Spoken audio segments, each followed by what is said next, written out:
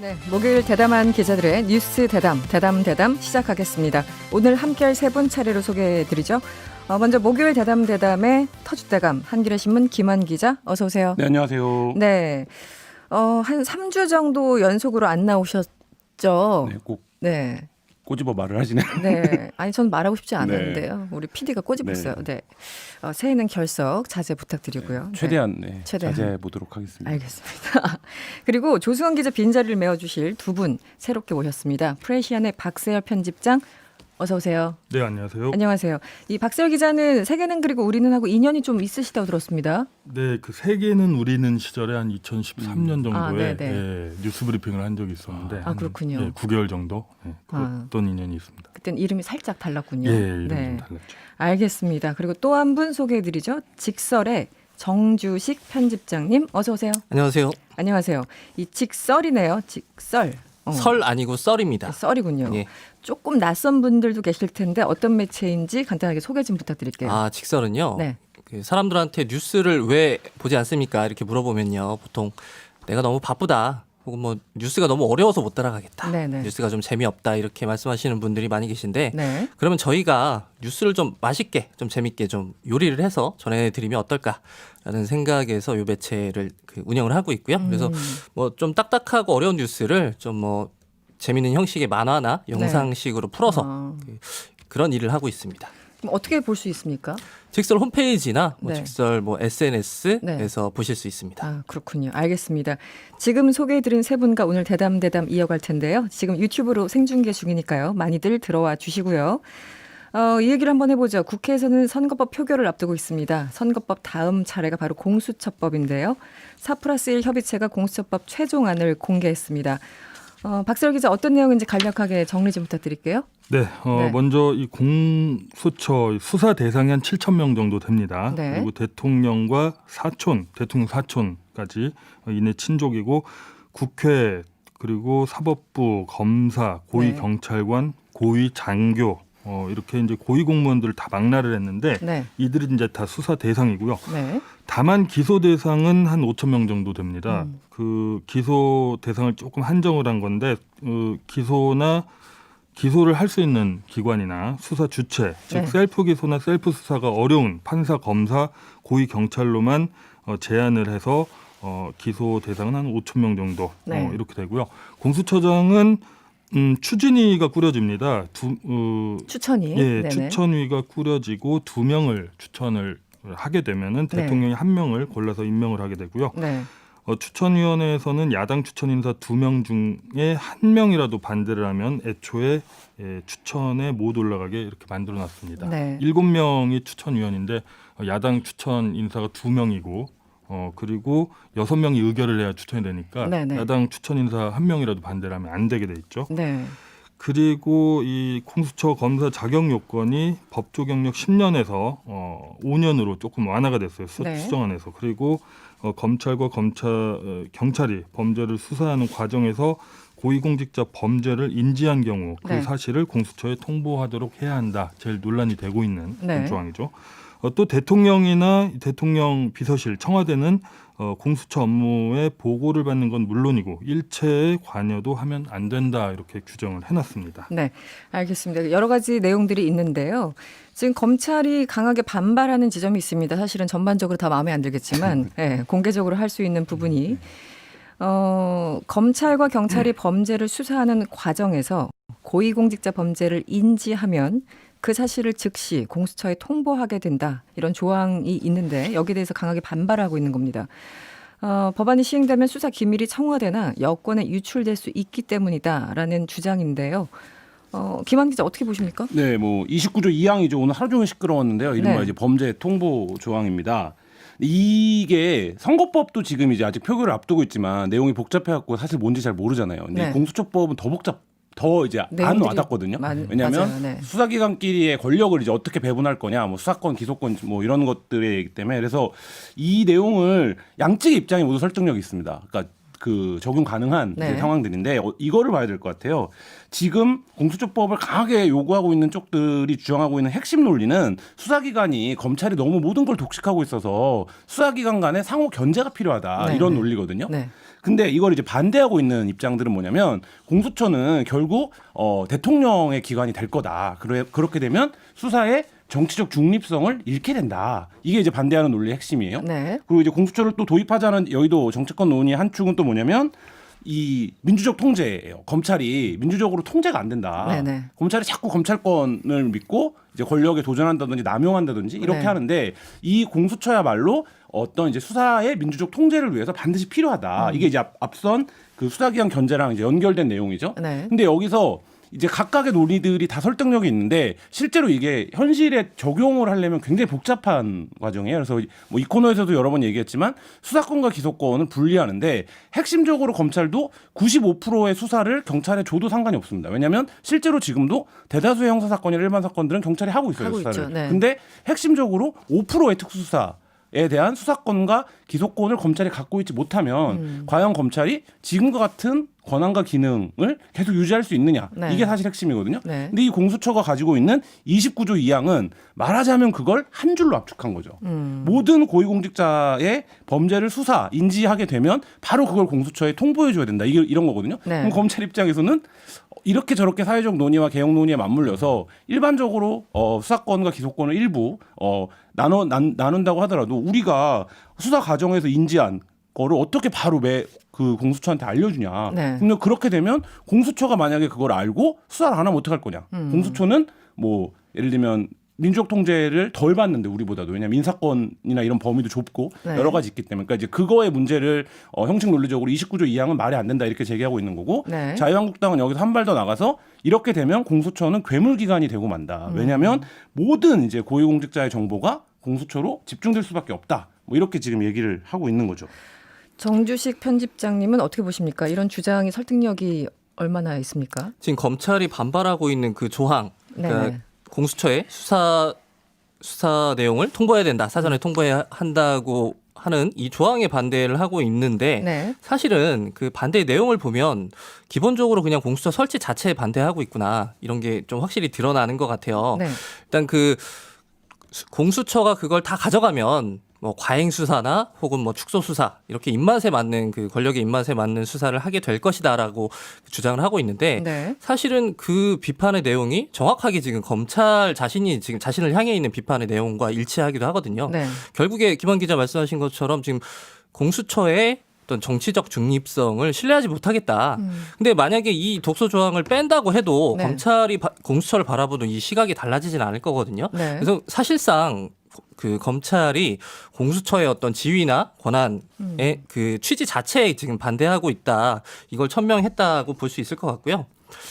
그런 불신을 걷어내고 보면 저는 이 조항이 일종의 좀 교통 정리라고 할까요? 어떤 수사의 효율성이라는 측면에서 보면 그런 뭐 순기능이 존재할 수 있을 것 같아요. 네. 예를 들어서 공수처에서 이제 검경 수사기관에서 최초에 이제 그 고위공직자 관련 어떤 그 수사 그 어떤 그 비리들을 인지했다고 쳤을 때 네. 그걸 이제 공수처의 적은 인력으로 그걸 어떻게 다 그걸 사전에 인지할 수 있을 것이냐. 그렇게 되면 이제 공수처 최초 그 설립 취지에 좀 그 문제가 생기는 거거든요. 네네. 최초의 그 어떤 그 취지를 제대로 기능할 수 없게 되는 문제인데 그 문제를 보완하고 예를 들어서 수사기관에서 먼저 그런 것을 인지를 했어요. 그래서 막 수사를 진행을 했어요. 네. 보고를 하지 않은 상태로 진행했을 때 나중에 이제 추후에 공수처에서 그걸 인지를 하고 네. 그 권력형 비리니까 우리한테 이첩을 해라라고 그 요구를 했을 때 수사가 진행되고 있는 기소 단계에서 이제 그걸 그 공수처가 이첩을 받아가게 되면 네. 이제 수사의 효율성이라든지 어떤 네. 여러 가지 좀 교통 정리의 문제가 발생할 수 있기 때문에 그런 어떤 수사의 기능적인 측면에서 보면 충분히 순기능을 예측할 수 있다. 저는 네. 이렇게 바라봅니다. 이게 뭐 논의에 복잡하게 들어가면 이게 이제 공수처한테 애초에 배타적 수사권을 주려고 했어요. 고위공직자 전체에 대해서 수사를 뭐 인지수사도 할 수 있고 모든 수사를 다 할 수 있는, 그러니까 범위를 고위공직자로 한정하면 아까 이제 박세 기자님 7,000명에서 5,000명 정도 얘기를 하셨는데 요 인원에 대해서는 배타적 수사를 할 수 있게 해주자. 라고 하는 게 애초에 네. 공수처법의 출발이었는데 이게 이제 논의 과정에서 계속 이제 도전을 받으면서 결국에 이제 우선적으로 수사를 할 수 있게 해주자 이렇게 이제 취지가 변경됐거든요. 네. 근데 이제 여기서 이제 헷갈리기 시작하는 거죠. 예를 들면 배타적은 비교적 쉬워요. 예를 들면 이 배타적은 다른 기관은 이 수사를 안 건드리는 거예요. 그러면 네. 공수처가 뭐 능력이 어느 정도 되건 말건 그 범위 내의 수사는 공수처가 하면 돼요. 독립적으로 한다는 네, 거죠. 근데 이제 네. 이건 검찰이 도저히 받을 수 없는 안이죠. 그렇기 때문에 이제 우선적 수사권을 주는 방향으로 개정이 됐는데 요 29조 2항은 약간 배타적인 수사권이 아니냐라고 해석하면 그렇게 읽히기도 하고 네. 그다음에 아니다. 이거를 뭐 말씀하신 대로 정주식 기자 편집자 말씀하신 대로 어떻게 공수처가 그걸 다 사전에 인지하냐. 뭐 누군가가 인지하면 통보를 해줘야지. 이 관점에서 보면 이제 우선적 수사권을 네. 네, 현적이기도 한데 이 과정에서 지금 어쨌든 계속 논쟁이 될 것으로 보입니다. 그러니까 검찰이든 경찰이든 그 수사하는 과정에서 어떻게 어떤 사건을 인지를 하면 일단 우리들이 좀 수사를 해야 될 텐데 이것을 다 그 보고하면은 공수처가 한마디로 자기네들 사건을 뺏어간다라고 생각을 하는 거잖아요. 그렇다면 뭐 중요한 사건, 소위 말하는 권력자에게 있는 권력자와 관계된 사건들은 공수처가 이른바 뺏어가서 무마시킬 수 있다라는 우려인데 이것은 사실 이제 공수처의 성격을 어떻게 보느냐에 따라 굉장히 달라지는 것 같아요. 공수처장을 어떤 사람을 임명하느냐 등등. 그런데 아까 말씀하신 것처럼 공수처장은 7명의 그 추천위 가운데 6명이 동의하는 2명을 추천을 하면 대통령이 그중에서 1명을 임명하도록 돼 있지 않습니까? 네. 그렇다면은 이 부분은 어떻게 보십니까? 지금 자유한국당이나 검찰에서 우려하는 그런 일들이 벌어질까요? 어떻습니까? 이게 제가 봤을 때는 아까 검찰에서 내건 주요한 논리 중에 하나가 이제 네. 그 공수처가 네. 검찰이 인지한 정보를 가지고 가서 덮어버린다, 무마한다. 그렇게 보는데 이제 그걸 잘 따져보면은 검찰에서 인지를 한다는 것 자체도 네. 검찰에 어떻게 보면 재량권이 있고요. 예를 들어 범죄 혐의가 있어야 뭐 수사를 하든 내사를 하든 해야 되지 않겠습니까? 네. 근데 그런 것들을 인지하는 과정에서 검찰이 일단 기본적인 수사를 아마 한다는 얘기고 네. 그 정도까지는 왜냐하면 공수처는 25명밖에 없잖아요. 네.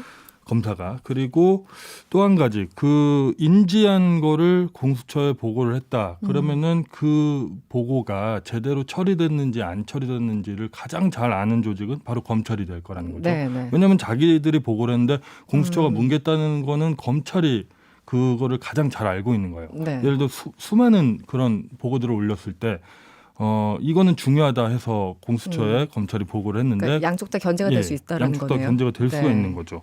그리고 또 공수처가 이번에 이제 수정을 보면은 공수처가 불기소를 하면은 네. 해당 사안에 대해서 그러면 그 불기소한 관련한 모든 수사 기록을 대검에 이첩을 해야 된다 이렇게 돼 있거든요. 그렇기 때문에 공수처가 불기소한 사안도 검찰이 충분히 들여다볼 수 있다. 알겠습니다. 그래서 견제가 될 거고 네. 독립성 그 권력 비리가 무마될 거다라고 하는 건 굉장히 기우가 아닌가 이렇게 좀 알겠습니다. 봅니다. 네, 저희 잠시 광고 듣고 오겠습니다. 네, 대담 이어가고 있습니다. 오늘 이 얘기를 해보죠. 조국 전 장관이 이른바 유재수 감찰 무마 의혹으로 영장 실질 심사를 받기 위해서 법원에 출석을 했습니다. 출석하면서 혹독한 시간을 보냈다. 검찰의 영장 신청 내용에는 동의하지 않는다. 이런 입장을 밝혔었는데요. 오늘 일단 출석 모습 어떻게 보셨습니까? 네, 박세월 기자님. 네. 이게 언제부턴가 구속영장을 청구하고 이런 게 네. 그게 기각되거나 받아들여지거나 이런 것들이 이제 검찰하고 좀 피해자의 뭐 기싸움처럼 네. 그렇게 되는 것 같아요. 언론도 그렇고요. 뭐 언론도 그런 식으로 이제 경마식으로 약간 중계를 하는 것 같고 네.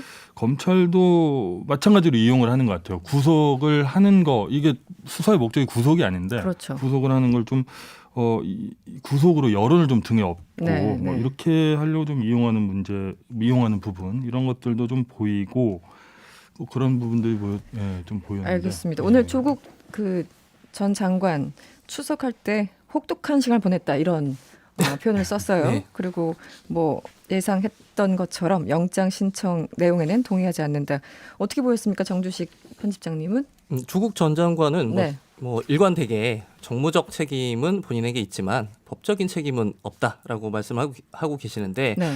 그 편집장님 말씀하신 그 기싸움이 그 13일 날 그 유재수 부시장 기소할 때도 네. 청와대와 이제 기싸움이 검찰 간의 기싸움이 벌어졌었는데 그때와 달라진 내용은 별로 없는 것 같아요. 근데 청와대에는 충분히 그 정무적 판단으로 네. 행사할 수 있는 뭐 그 내용이었다라고 주장을 하고 있고 검찰에서는 이미 중대한 비위 사실을 조국 전 민정수석이 인지한 상태에서 그것을 무마한 것은 네. 그 직권남용에 해당한다 이렇게 주장하고 있는데 아직 검찰에서 그 얼만큼 입증을 할 수 있는지가 오늘 그 구속영장 발부의 관건인 것 같은데 새롭게 나온 그 어떤 수사 내용이 없기 때문에 지금 상태에서 그 기싸움의 연장 이상의 어떤 구체적인 이야기를 하긴 좀 어려울 것 같아요. 영장 심사를 마치고 나온 조국 전 장관 측 김칠준 변호사는 이런 얘기를 합니다. 조국 전 장관은 청탁 전화를 받은 적이 없고 오히려 백원우 전 비서관이나 박형철 전 비서관으로부터 청탁성 전화가 많이 온다는 얘기를 전해 들은 것이다. 이렇게 얘기를 했어요. 이게 사실은 그동안 이제 언론에서 나온 것이기 때문에 뭐 검찰발 혹은 검찰발로 의심되는 뭐 여러 가지 보도를 보면은 백원우 박형철 전 비서관과 그 진술이 좀 엇갈린다는 느낌, 네. 서로 약간 떠넘긴다는 느낌, 그 보도만 본다면 그런 생각이 드는데 김칠준 변호사는 왜 이런 얘기를 했을까요? 뭘 노리고 했을까요?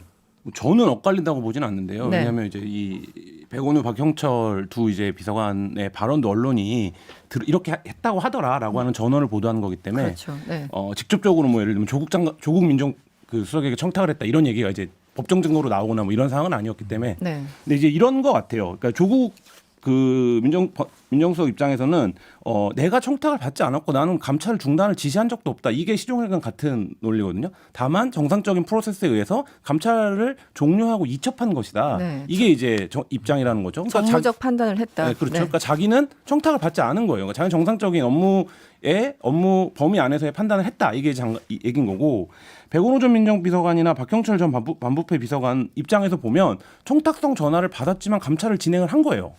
근데 이거를 정무적인 판단을 한 민정수석이 이제 감찰을 중단하자라고 네. 해서 감찰이 중단된 거예요. 그러면 백원우 민정비서관이나 박형철 전 반부패 비서관 입장에서도 청탁이 들어왔지만 이런 민정비서관들에게 여러 청탁이 들어오겠죠. 네. 근데 우리는 정상적인 프로세스대로 일을 했다. 이렇게 주장할 수 있는 이게 이제 전체 맥락을 저희가 지금 알 수는 없지만 이들이 네. 뭘 어떻게 진술했는지 뭐 이렇게 본다면 결국엔 자기 업무를 안해서 우리가 이런 일이 있었고 저런 일이 있었지만 사실 이 프로세스가 문제가 없었다라는 주장을 이 세 분이 모두 지금 하고 있는 게 아닌가 뭐 이런 생각이 듭니다. 그리고 정무적 책임을 정무적 책임은 있다, 정무적 네. 책임을 질 수 있다 이런 말을 좀 계속해서 강조를 하는 것도 아마 이제 유재수 씨가 그 5천만 원으로 구속이 됐잖아요. 그러니까 결과적으로 감찰 실패를 한 거죠. 네. 그러니까 적법한 감찰이지만 실패한 감찰이다 이런 부분들을 계속 좀 주장을 하는 것 같아요. 왜냐하면 네. 유재수 씨 구속된 거를 검찰이 계속 지금 강조를 하고 있거든요. 그런 포석도 좀 있지 않나 이런 생각도 좀 듭니다. 지금 조국 전 당시 민정수석에 이 검찰이 적용한 혐의가 직권남용입니다. 김한 기자, 사실은 이제 직권남용하면은 우리 우병우 전 민정수석과 비교하는 그런 그렇죠. 보도들도 많이 받고 전 떠올리신 국민이 분들이 있는데. 직권남용이라는 말을 우병우 전 민정수석 때문에 알게 됐죠. 그렇죠. 우병우 그리고 김기춘 전 네. 비서실장 등등 비교를 많이 하는데 실제 그렇습니까? 어떻습니까? 그러니까 우병우 전 민정수석도 우리가 생각할 때는 명백한 잘못을 저지른 것 같았지만 세 번째 만에 사실 영장에 받아들여졌거든요. 네. 그 얘기는 뭐냐면 직권남용이라는 것이 굉장히 좀 애매한 얘기입니다. 더군다나 민정수석은 굉장히 업무 범위가 넓어요. 근데 그렇죠. 법령상에 어떤 업무를 해야 된다라는 규정은 갖고 있지 않아요. 네. 이 얘기는 뭐냐면 어디까지가 명백하게 민정수석의 업무 법이냐 이 부분에 대해서 논쟁이 있을 수밖에 없고 네. 만약에 이걸 포괄적으로 해석해서 대통령이 의 업무에 거의 모든 역할을 민정수석이 보좌할 수 있다 정도의 광의로 본다면 네. 사실 이제 모든 역할이 민정수석이 할 수 있는 일이기 때문에 할 수 있는 일을 하는 건 직권남용이 아니거든요. 그렇죠. 네, 그러니까 그렇게 이제 본다면 우병우 전 민정수석도 계속 그렇게 방어를 해왔어요. 근데 다만 근데 우병우 수석은 왜 구속됐냐라고 하면 이게 이제 민정수석 때 있었던 일이 아니라 민정비서관 때 있었던 일로 구속이 된 거거든요. 네. 근데 민정비서관은 법원에서 어떻게 봤냐면 업무를 국가의 사정 관련된 정책이라고 업무를 봤어요. 그러니까 이 업무를 벗어난 일을 하면 직권남용이 됐던 거거든요. 네. 그렇다라고 보면 사실 지금 이제 이번 영장은 직권남용 하나만 이제 조국 전 민정수석한테 적용을 한 건데 이게 될 거냐 안 될 거냐 이 부분에서는 이 전 사례, 그러니까 우병우 전 민정수석의 사례를 보면 사실 좀 쉽지 않아 보인다 이런 게 이제 법조계의 일반적인 관측입니다. 네.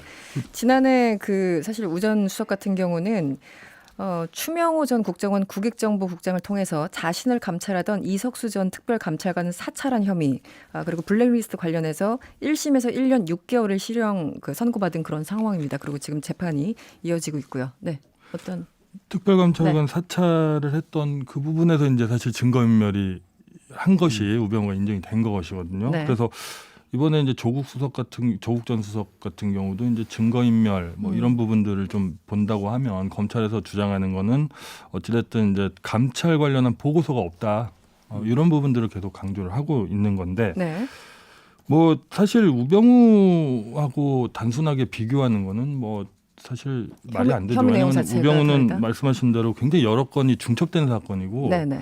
이 조국 이번 구속영장 건은 사실 조금 비교적 단순한 사건, 두 가지 혐의라고 하지 않습니까? 단순한 네. 사건이어서 그리고 국정농단이라는 그 배경이 있었던 거기 때문에 네. 검찰에서 자꾸 우병우 얘기를 많이 하면서 예전에 이제 정경심 씨 같은 경우는 최순실 얘기를 많이 했거든요. 아, 네네. 그러니까 그런 비교를 하는 부분들 뭐 검찰 입장도 이해가 가긴 합니다. 그러니까 왜냐하면 우병우하고 거의 비슷한 사례다. 직권남용이라는 법리만 따지고 보면은 조국도 구속이 될 것이다. 이걸 계속 강조를 하는데 어찌됐든 단순 비교는 좀 어렵다. 알겠습니다. 네, 이렇게 보여집니다. 김정진님 문자 주셨는데요. 결국 검찰이 겨눈 칼끝이 조국이라는 걸 모르는 사람이 몇이나 될까요? 이런 문자 주셨고 박춘엽님 검찰은 끝까지 조국 전 장관을 끝까지 물고 늘어질 것 같아요. 이번 사건 지나고 또 뭘 들고 나올지 참 점점점 이런 문자 주셨는데 어떻게 보십니까? 그 정주식 편집장님께서는 네.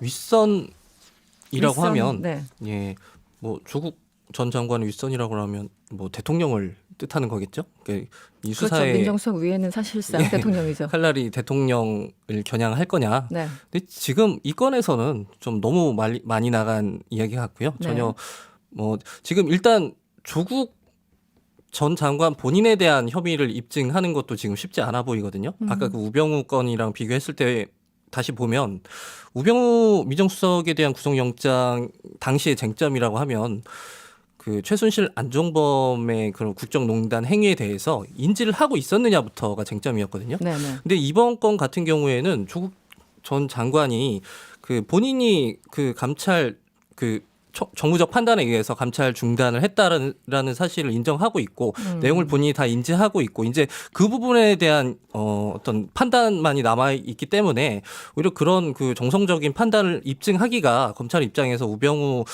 전 민정수석의 혐의를 입증하는 것보다 더 난이도가 더 높을 것 같아요. 네. 일단 그 조국 전 장관 수사 또 지금 본인에 대한 혐의를 입증하기도 되게 힘에 겨워 보이는데 네. 지금 대통령 그 윗선 수사에 대해서 이야기가 나오는 건 지금 네. 단계에서는 너무 많이 간 것 같다라는 생각입니다. 네, 박세월 기자님, 이제 조국 전 장관 측이 늘 강조하는 일관된 입장이 최종적으로 법무적인 판단은 이제 내 몫이었다라는 거잖아요. 근데 이것은 이제 법률적인 문제가 아니라 말 그대로 정무적인 판단이기 때문에 민정수석 권한 안에 있다는 것을 강조하는 것으로 보이고 그 앞에 있는 이 최종적이라는 단어는 사실 윗선은 없었다라는 걸 강조하기 위해서 쓰는 형용사는 아닐까요? 그렇죠. 뭐 그렇게 선을 좀 그으려고 하는 것도 좀 보이고 아마 네. 뭐 대통령 말씀도 하셨지만 윗선이라고 하면은 일단은 윗선과 관련된 사람들이겠죠. 이제 네. 청탁 전화를 한 사람들이 누구냐부터 아마 뭐 많은 검찰에서 이제 이번에 이제 이 모든 이야기들은 다 구속영장이 청구 받아들여져서 구속이 됐을 경우를 전제를 하고 얘기를 하는 건데 네. 그리고 나서 이제 뭐 여러 가지 이제 대통령 측근 친문들이랄지 네. 이렇게 이제 수사를 아마 넓혀가지 않을까. 근데 만약에 구속영장이 기각이 된다면 그렇게 가기가 굉장히 어려울 것이다. 부담스러울 것 같아요. 알겠습니다. 김한 기자, 이 얘기를 해볼까요? 한겨레에서 단독 보도가 나왔습니다. 삼성이 자기 회사 임직원들의 연말정산 자료를 뒤져서 진보 성향 단체를 후원했는지 여부를 들여다봤다? 뭐 이런 내용인 것 같은데요. 어떻습니까? 재판 과정에서 나온 얘기인데요. 그러니까 네. 삼성이 기존에 노조를 만들려고 하는 이들이나 조합원들을 사찰해왔다 이런 주장은 이제 많이 제기가 됐고 일부 입증이 된 사실도 있는데 네. 이번 내용은 어떤 거냐면 삼성이 연말 정산을 하다 보면 내가 이제 어느 단체나 어느 정당에 후원했는지가 나오잖아요. 다 나오네요. 네. 그러니까 그 자료를 당연히 회사가 확보할 수 있죠. 근데 그거를 토대로 해서 광범위하게 네. 직원들이 어느 정당이나 어느 단체를 후원했는지를 들여다봤다라는 거거든요. 이거는 사실 굉장히 충격적인 일이에요. 굉장히 일을 근데 그러니까, 효율적으로 했네요. 그렇죠. 쉽게 자료를 받아서. 네. 네. 이런 걸 보면은 정말 반드시 노조가 필요하구나. 노조가 있었으면 뭐 이런 엄두라도 냈을까 네. 이런 생각도 좀 듭니다. 연말 정산 자료를 이런 식으로 활용한다. 명백히 불법이죠. 네, 불법이죠. 네. 불법행위고요. 그다음에 그러니까 불법이냐 아니냐를 떠나서 저는 이게 이제 동시대를 살아가는 감각이 있냐 없냐 이런 문제인 것 같아요. 네. 예를 들면 삼성이 이제 스스로를 글로벌 인류 대기업이라고 이제 얘기를 하는데 네. 이 기업이 우리 회사 직원들이 어느 정당이나 그러니까 이게 말하자면 정치적인 신념이 넌 어떤 거니를 들여다본 거잖아요. 네. 그러니까 이거를 자기네의 공식적인 문서를 토대로 해서 한다. 이런 생각을 어떻게 해낼 수가 있는지 저는 이 자체가 그러니까 이게 법 위반의 여부는 논할 계제가 아니고요. 네. 사실 이런 방식으로 경영을 해왔다라는 것 자체가 굉장히 좀 충격적이다. 이런 생각이 듭니다. 네. 동시대 정- 말씀을 하셨는데 그 공교롭게도 이게 2013년 정도 일인데 2013년도나 그때쯤에 박근혜 정부 시절에 네. 시민단체 압수수색을 굉장히 많이 했었거든요. 네네. 그때 경찰이나 검찰에서 기부금 후원 내역을 많이 가져왔어요. 많이 봤죠. 네. 그런 것들도 좀 떠오르고 뭐 블랙리스트 사건도 떠오르고 그러니까 그 시대가 뭐 그런 시대이지 않았나. 시대 정신입니까 그 당시에? 오늘 씁쓸한 느낌도 들고 한참 지금 네. 말씀하신 네. 후속 기사를 쓰고 왔는데요. 네. 내일 한겨레 신문에서 확인하실 수 있어요. 아 그렇습니까? 예고편 아, 알겠습니다. 저는 네. 그거 편집장님. 보면서 뭐가 떠올랐냐면 네. 그 박근혜 정권 때 일어났던 일이잖아요. 그 직후에 무슨 일이 있었냐면 삼성이 무슨 일을 했냐면 네. 그 미르재단 K 스포츠 재단에 네. 뭐 200억이 넘는 돈을 음. 이제 또 출연을 했잖아요. 네. 근데 지금 그 한겨레 기사에서 나온 그 시민단체들의 어떤 면면을 보면 네. 뭐 환경운동연합, 뭐 민족문제연구소, 뭐 여성민우회 이런 그 굉장히 좀 운영이 어려운 네. 열악한 그 시민운동 단체들이에요. 네. 근데 거기 기부금을 내는 직원들을 감찰하고 있으면서 한편으로 뭐 그 어떤 미르재단 K 스포츠 재단이라고 하는 국정농단에 이제 돈을 밀어넣고 있었다. 이런 게 저는 연상이 돼서 생각이 나서 모순적이다. 네. 그런 생각이 그나저나 들었습니다. 김한 기자 뭐 내일 내용 좀 안 알려주십니까? 그 삼성 오늘 이제 그 법 재판 과정에서 드러난 네. 내용을 보면 한 극우 단체가 선정한 이제 단체들을 이른바 반국가 좌파 친북 좌파 단체라고 이제 선정을 해서 그 단체에 후원하는 내역을 들여다봤다라는 거거든요. 근데 왜 글로벌 인류 기업 삼성이 그리고 뭐 한국에서 가장 정보력이 좋다라고 하는 삼성이 일개 극우 단체가 선정한 표를 가지고 네. 이렇게 그러니까 말하자면 사찰 기준을 삼았을까? 뭐이 부분에 대한 내용을 저희가 좀 취재를 해서 아, 혹시 예, 일배하신 거 아닌가요? 네? 그 미전실 직원분이 네. 일배. 그 정보를 이렇게 네. 취득하시는 그 경로가 근데 어쨌든 아까 그 박설 기자님 말씀하신 대로 그 당시에 이제 말하자면 요런 어떤 카르텔과 네. 메커니즘을 돌린 요런 얘기입니다. 알겠습니다. 국정원도 신뢰하는 정보거든요. 그 극우 단체 네. 그렇죠. 리스트가. 지금까지 박세열 기자, 정직 편집장 그리고 김한 기자였습니다. 고맙습니다. 감사합니다. 감사합니다. 감사합니다.